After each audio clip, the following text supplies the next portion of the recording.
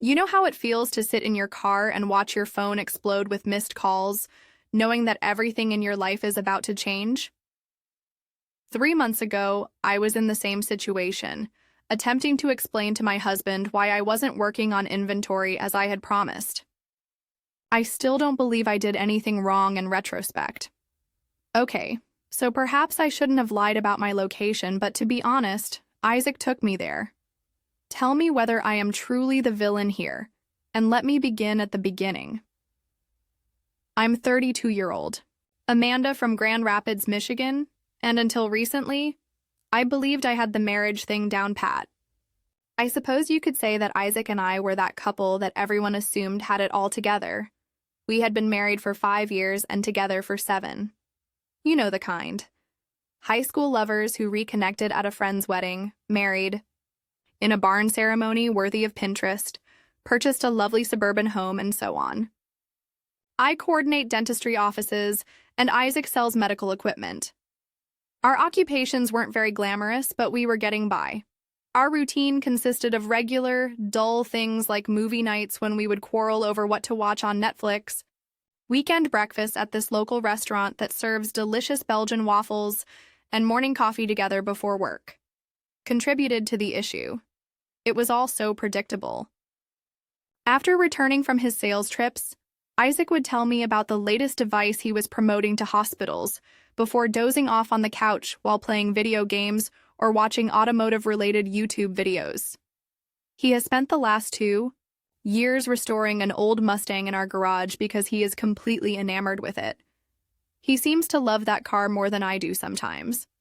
In addition, he has been vying for the role of regional sales manager. All of a sudden, the topic of his most recent presentation or which hospital would receive a major contract took over every dinner conversation. I understand that ambition is admirable, but when was the last time he inquired about my day, saw that I had styled my hair, or had any interest in doing anything other than ordering takeaway and binge-watching The Office? James stepped in at that point. About 3 months ago, this pharmaceutical representative began visiting our workplace.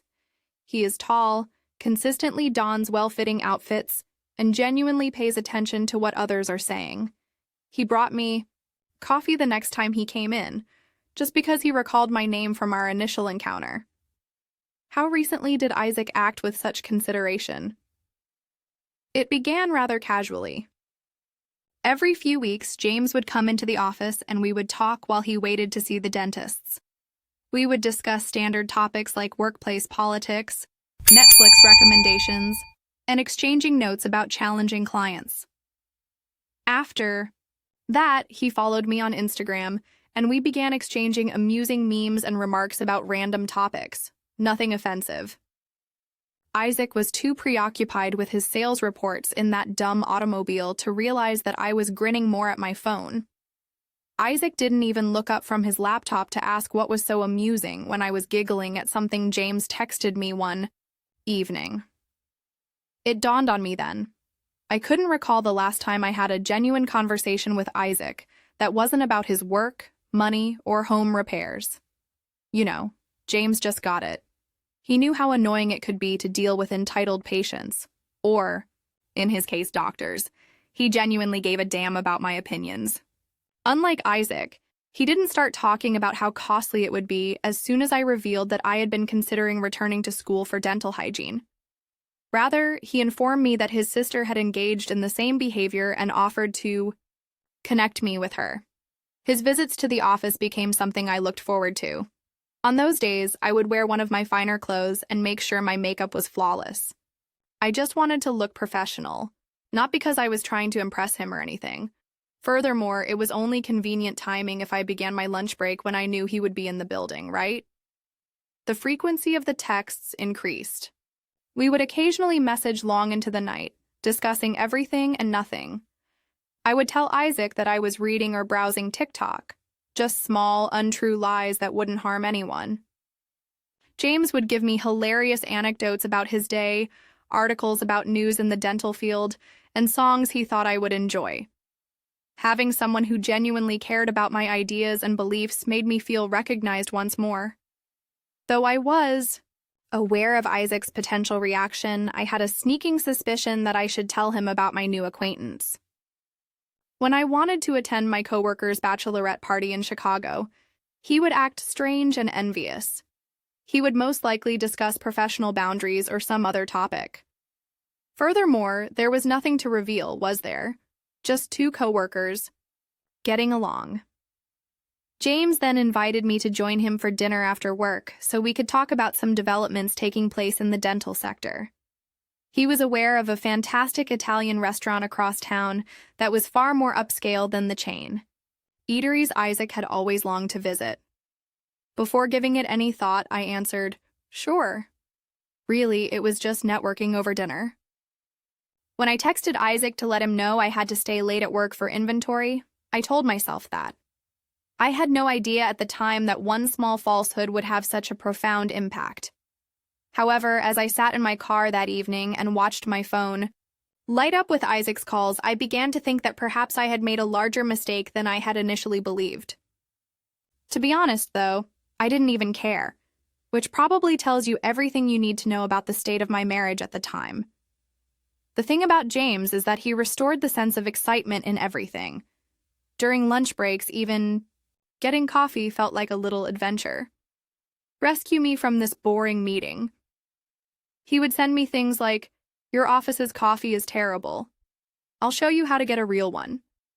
I would find myself making up reasons to run office errands or take longer lunches, which somehow always fell on his schedule. Isaac didn't even notice he was too preoccupied with his work-related drama. He would arrive home late and chat endlessly about some new contract, without even glancing at my freshly applied highlights. James, meanwhile, saw it all. He remembered when I had crucial appointments, complimented my new shoes, and even followed up on items I had stated the day before.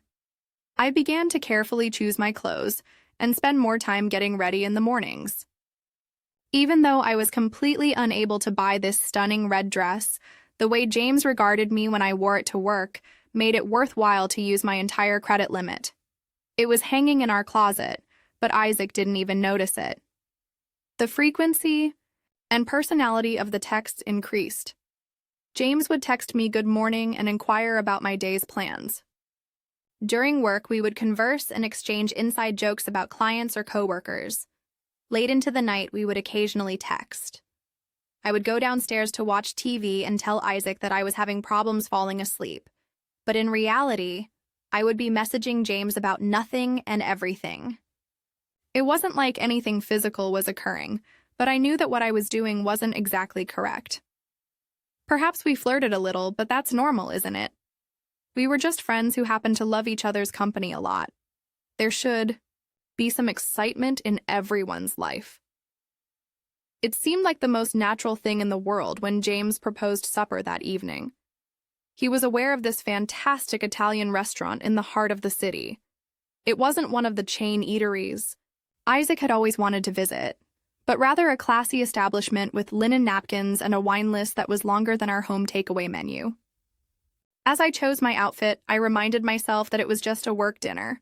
I wore my favorite perfume and I texted Isaac about the fictitious inventory night, justifying it as a way to build professional contacts. When I look back, I can see all the little actions that led up to that point, all the little decisions that, although they looked innocent at the time, were actually taking me in a direction I couldn't go back from. I couldn't bring myself to think about the implications, though, as I sat in my car outside that restaurant and watched James approach me with that smile that made me feel like the most woman in the world. I should have recognized the warning signs, understood that one falsehood always leads to another, and had better knowledge. But all I could think about at the time was how alive I felt, how noticed, and how valued I was. And frankly, isn't it what everyone desires? To feel important to someone? I decided that what Isaac didn't know couldn't harm him, so I turned off my phone, put on my best grin, and went into that restaurant with James. Back then, I didn't know. I was so mistaken about that. With its romantic lighting, candles on each table, and wine bottles decorating the walls, the restaurant looked like it belonged in a romantic film.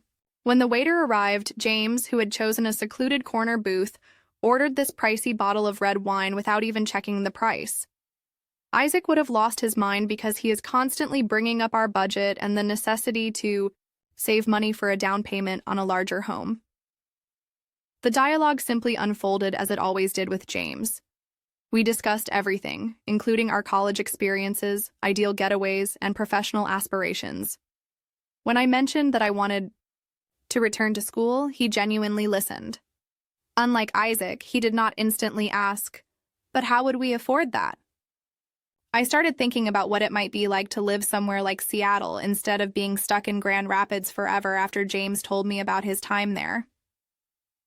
Time passed by in the blink of an eye. Somehow, that night made me feel wild, free, and like I could finally be myself without worrying about someone criticizing my decisions or encouraging me to be more responsible. I'm normally quite careful about my drinking, so the wine definitely didn't help. When I saw I had 15 missed calls, I was in the middle of telling James about my crazy spring vacation in Miami, something I'd never tell Isaac because he gets uncomfortable about my party girl background. When I realized they were all from Isaac, my stomach fell. There were texts as well, becoming increasingly concerned. "Hey, just stopped by your office to surprise you with dinner. Where are you, Amanda? The lights are off and Sarah says you left hours ago. What's going on? Please call me back, I'm getting worried. Your car isn't in the parking lot. Where are you?" I could actually feel my throat tightening with panic. I hadn't given this any thought. I hadn't figured that Isaac may try to be considerate and bring me dinner for once. I didn't miss the irony. The night I go out with another man is the only occasion when he chooses to be impulsive and romantic. James must have realized something was amiss because he touched my hand with his across the table. His sincere worry in his voice made my heart skip a beat, but it also made me feel guilty, really guilty, when he questioned, "Everything okay?" That night, for the first time, I began to consider what I was really doing. I withdrew my hand and pretended that I had to go to the bathroom. I glanced at my reflection in the bathroom mirror, unsure of what to do. I was able to be honest with Isaac about going out to dinner with a coworker. I would then have to defend my lies about the lunches, the messages, the inventory, and everything else. Isaac buzzed on my phone once more. When I realized how awful this looked, I said, "I'm calling hospitals. Please just let me know you're okay." I was out to dinner with a handsome man, wearing my best, just a friend. My spouse was anxious about I was sipping costly wine. I returned to the table after splattering some water in my face. Isaac would also detest the fact that James had already paid the bill. He finds it strange when other men cover my expenses. I grabbed my handbag, said that there was an emergency involving a busted pipe at home, and virtually sprinted to my car. It was a blur on the way home. I made an effort to think of justifications, explanations, or anything else that would make seem less horrible than it actually was. However, every scenario I acted out in my mind just served to highlight the fact that I was a liar. 3 hours later than usual, at 10:45 p.m., I pulled into our driveway. All the lights were on, and Isaac's automobile was there. I could hardly get my key in the door because my hands were shaking so much.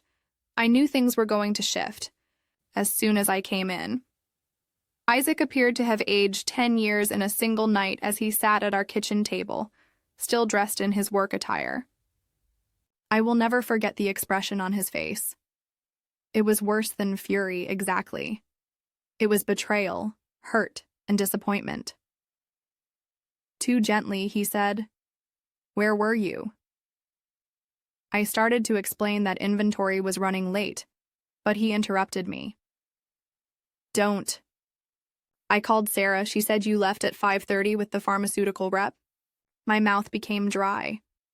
I didn't think he would call my coworkers. Sarah seeing me go with James was not something I had considered. I didn't think my carefully planned life would fall apart so quickly. Weakly. "It was just dinner," I said. Isaac laughed, but it wasn't his typical friendly laugh. a work thing. Networking was a very different matter. Networking, right? That's why you're wearing that dress I've never seen before. That's why you're coming home smelling like wine at almost 11 p.m. That's why you've been glued to your phone for weeks, smiling at texts. You think I don't notice? I could feel my face becoming warm. Not really at him, but at the circumstance, being discovered and having to defend myself like a teenager violating curfew, anger welled up. You're making into something it's not, I said. I realized I had made a huge mistake the instant I said, maybe if you paid attention to me once in a while instead of that stupid car or your precious job, I wouldn't need to find someone who actually wants to have a conversation with me. Isaac's expression became blank. He got up without a word, picked up his keys, and strode past me to the door. With a voice full of panic, I asked, "Where are you going?" He came to a halt but did not look back.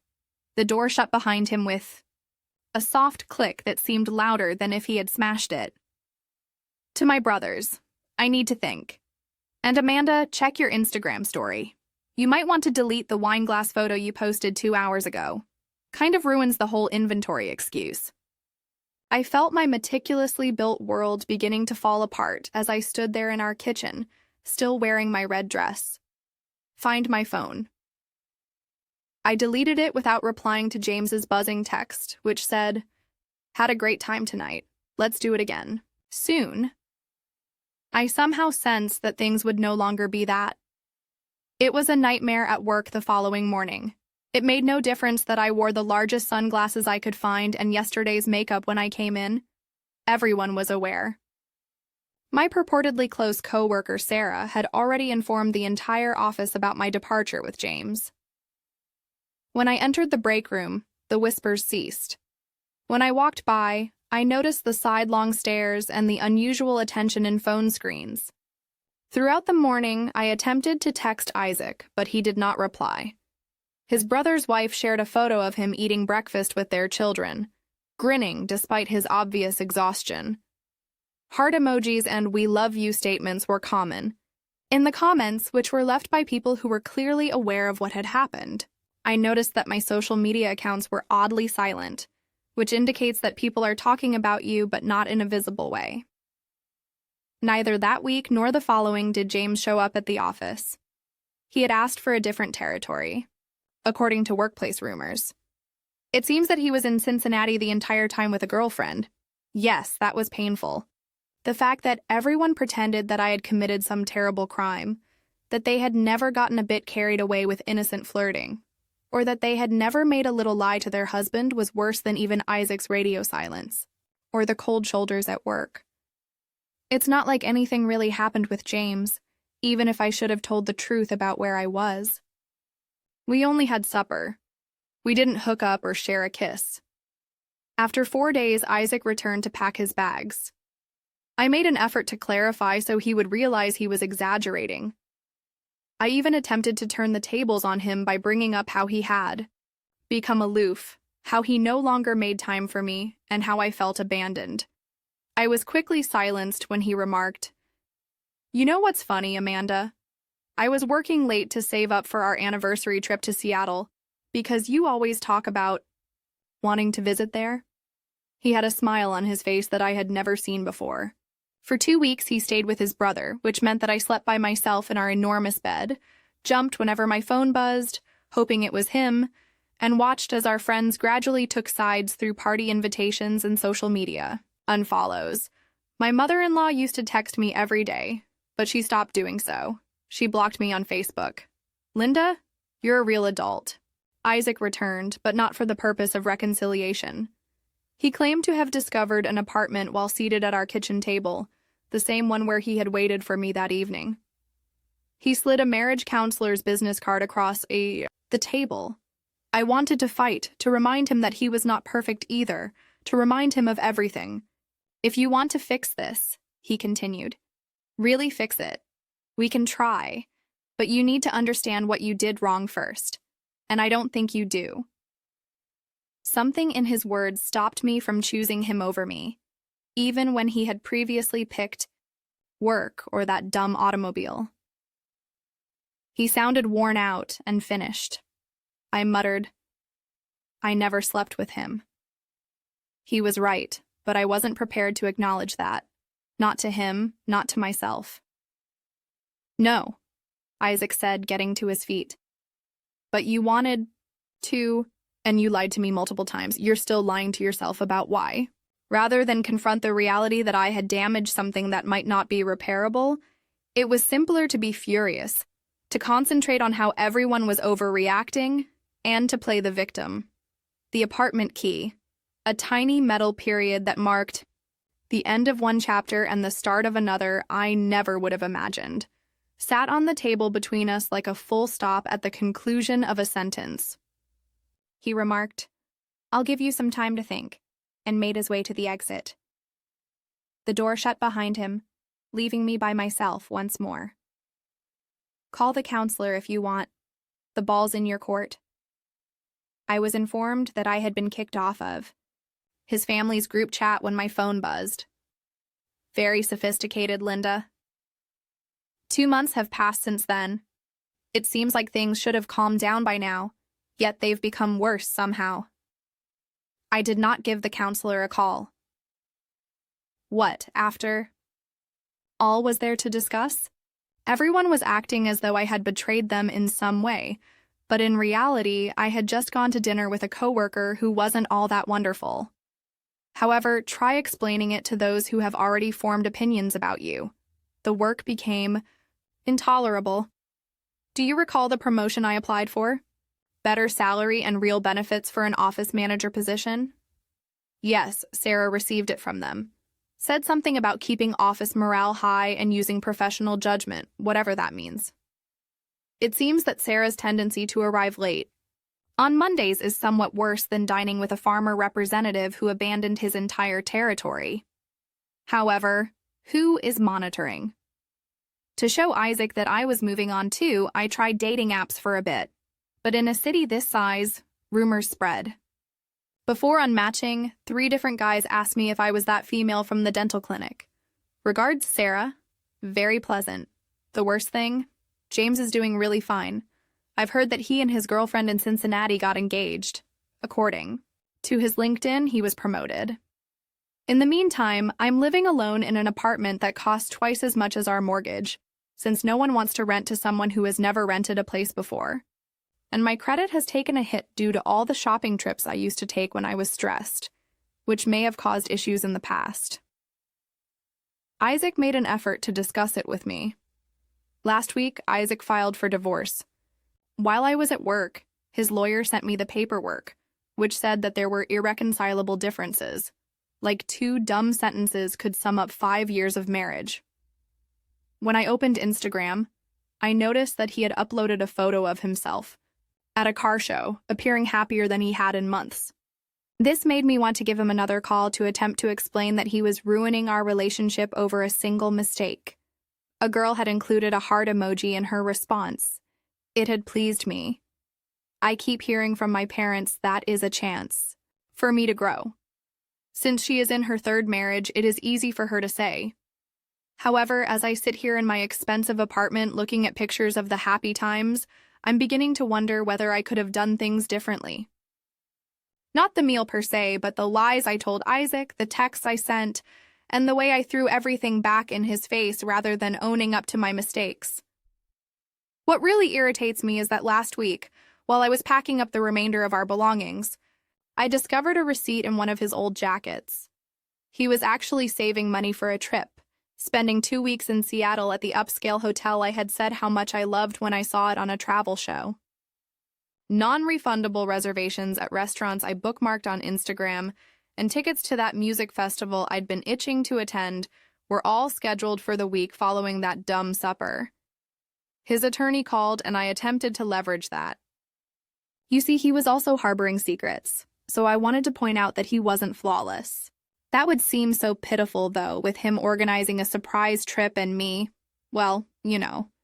So here I am on a Friday night, eating takeout by myself while lounging on a used couch in an apartment that I can hardly afford. My following on Instagram has decreased by half. I no longer receive lunch invitations from my coworkers. Since it's too close to Isaac's new apartment, even my favorite coffee shop feels off limits, and I can't bear another awkward encounter. The irony? Looking back, James wasn't really that fantastic. He was simply there, convenient, a way out of issues I didn't want to face. I'm not angry about being kicked off of her silly family group chat, but try explaining that to Isaac, Sarah, or Linda. Okay, I understand. I made a mistake. But was this all for a single dinner? One falsehood that went too far? I'm only human. Everyone treats me like a villain.